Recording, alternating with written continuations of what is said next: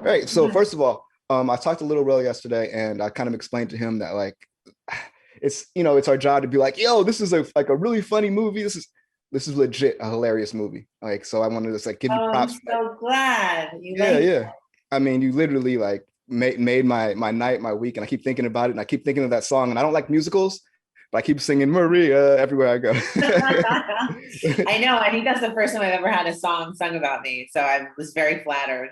Yeah, speaking of that, I was going to ask you about that. I mean, like this whole movie, the whole crux of it is based around the believability of someone being able to fall in love with you, and it's very believable. How is that? How does that to work with? How is that's a totally new experience because there's such a blend of reality and scripted stuff going on. Yeah, yeah, it really was.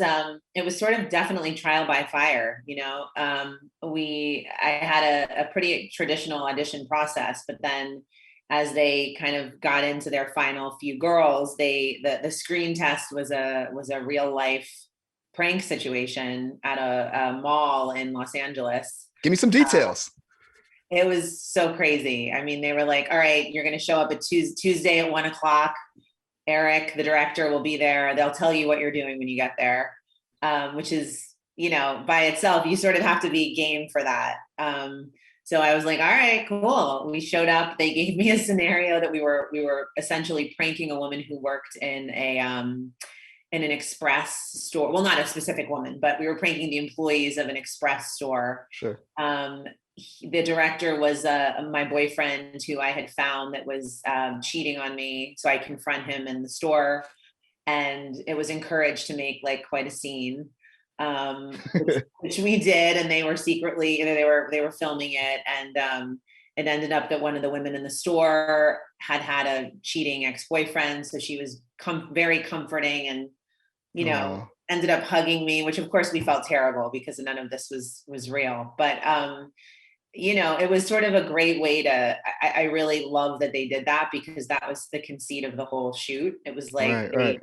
they had, you know, there was obviously a script, but the situations changed often via location, or, you know, who they were able to get for specific pranks. And so it was really like you really just had to be game. And those guys are so funny and smart, and they made it very easy. So it was Yeah, I fun. mean, I took a look at your filmography, and this is something that looks totally different from anything else you've done. I mean, looks you play lawyers, you play like forensic scientists, I um, know. right? Like, so what It was, areas? So, like, what areas of your skill set helped you tap into this role in this project? I think the desire to want to do a show that was great and that had a lot of humor in it, but it was a very different style of humor. And this was just like when the show finished, I wanted to do different things that were, you know, felt like they were scary. And this was definitely one of those things. I was a fan of Eric's, and the script was really funny, and I was like, this sounds so fun. Like, who would not want to do this? Who would not want to jump in this crazy world with these people and really not know what's going to happen? You know, I mean, you sort of just, you don't know ever how anything is going to turn out when you're shooting it. So Right. I think it was just a desire to want to do different things. Yeah, sure. Lil Rel was saying yesterday that he didn't really think about like the actual logistics of what they were doing until they were actually in the situation. Like, you know what I mean? Ah, Did you kind of have that experience too? Did you have any kind of like, is this is getting a little bit too real for me situations when you're actually filming? yeah, he had probably more. His situations were probably a bit more precarious than mine were, but yeah, definitely. I don't think that you can really, anything you plan is not going to probably work. So you really have to just go into it really open. And you know, I think we did the scene in the juice bar, you know, I don't know, many times with many different groups of people, and every person is obviously going to have a completely different reaction. And so I don't think you can really plan anything. You have to just really jump. Yeah. What was the first scene that you filmed? Oh my gosh, that's a really good question. It might have been. Oh no! I'm sorry. I do remember. It was the in the park when she's Maria's beating up the blind gentleman. Ah, that's an interesting place to start. I was going to ask Yeah, about that. I think they were a little concerned about that at first because they were like, you can really hit him. I mean, he's obviously an actor and a stuntman, and Sure. so he was an actor, but the rest of the people around us were not. But yeah, that was the first.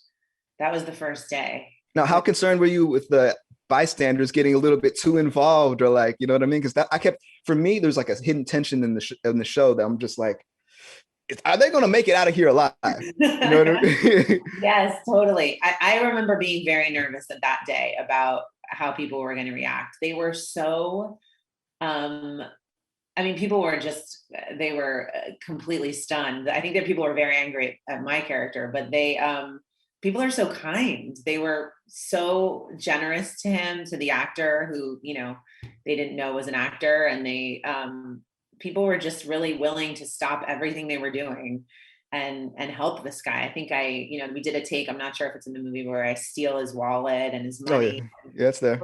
I remember there was a guy that was yelling at me, just screaming after me. Who are you? And I mean, people were really, really kind. I was so surprised about that through the whole shoot, how people really jumped in and tried to help people, complete strangers. Yeah. So, yeah.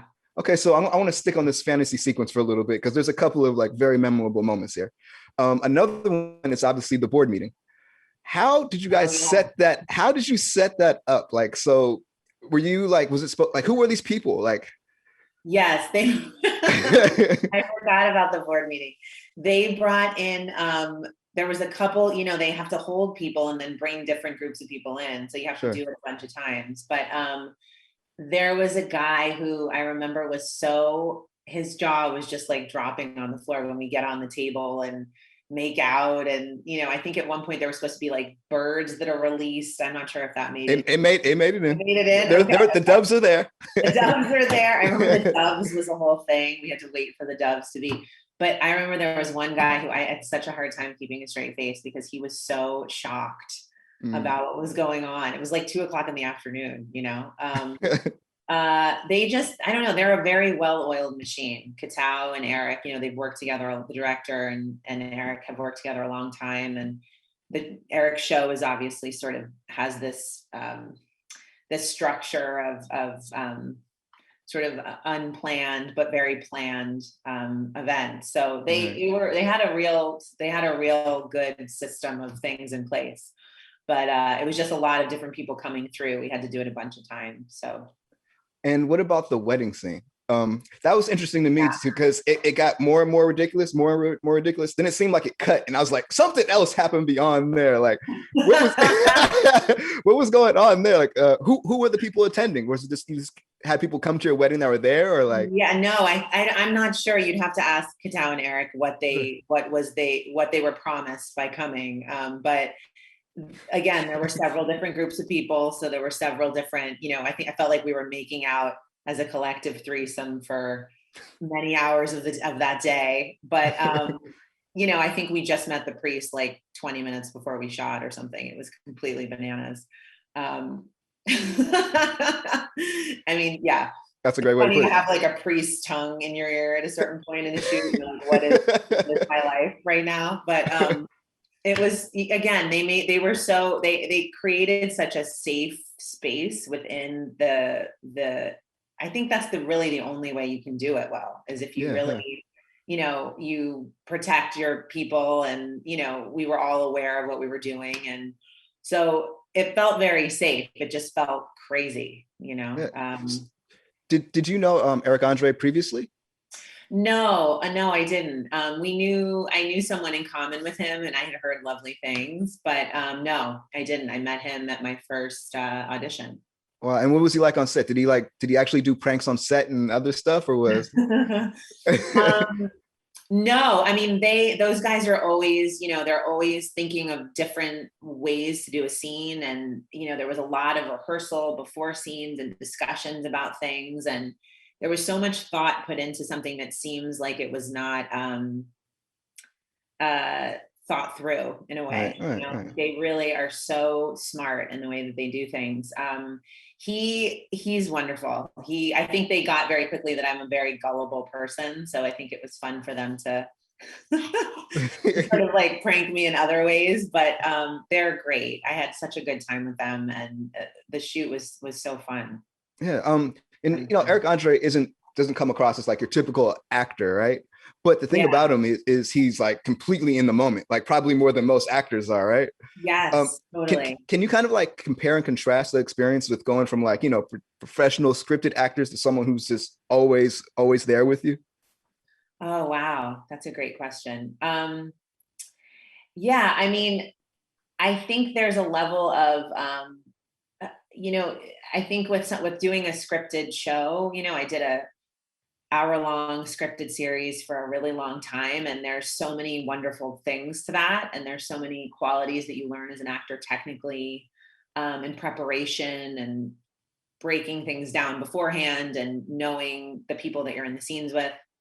But there's also something really great to be said to just sort of trust that you already know the answer. And I think I really learned more of that from working with them. Like they really, they just really trust that things are going to work, and they do normally, and I think that that's like such a beautiful thing to like live your life by, but also just for work, it's like, just jump and the net will probably appear. There you go. Well, my time's starting to run short, so I got two more questions I wanted to ask you. So more on like a humanistic level. The thing what's interesting about this is the comedy's hilarious, but it really, like, for me, at the end of it, or even going through while I was watching it, it really shows a lot about like the human nature. Like you're saying, the person that helped the guy out that thought he was getting robbed, or the people that just stand by and let the person being hung off the building, or you know what I mean? Like you see all different kinds of human nature, you know what I mean? People in the supermarket that don't want to deal with it, and other people that are like, come on, buddy, you know what I mean? What did you learn anything new about human nature, especially, these crazy years we've had recently, like through this film? Yeah. And it's interesting because we shot all before this year. The last year and a half. We shot it a little while ago. I genuinely was surprised by how many people really would step up to help complete strangers.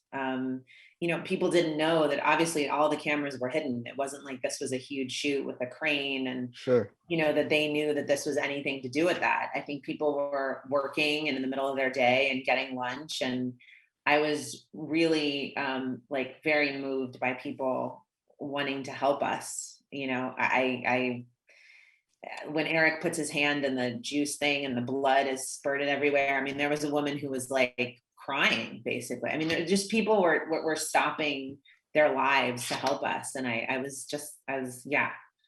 to learn that from a movie like this was such a cool takeaway. Right. And on another note, you're also involved in For All Mankind.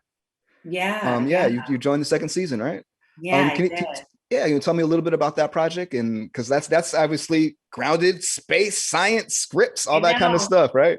It's so different. I know. I feel like I have no there's no like through line. I keep doing these very different things, which is cool. But I feel very grateful for that. But I play a Marine who becomes an astronaut, and this cool thing about that show is that each season is a different decade of time, and it's a sort of revisioning of history, reimagining of history. So I don't know how much I can say about it, but she's involved with the militarization of the moon and NASA, and what would have happened if certain things were different. So I got to wear a cool spacesuit. Am I allowed to say that? I think I am. Which was really fun. And it's such a different genre. It's an Apple show. So it was a very different sort of style of show, obviously from this, but also from other things I've done. So it was great. It was a great experience. Fantastic. Hey, it's been great speaking to you. Like I said, the movie is awesome. Yeah. And I'm gonna keep tracking your career and seeing where you go next, and seeing what kind of crazy career choices you're taking, because I like what's happening. Thank you so much. It was so nice meeting you.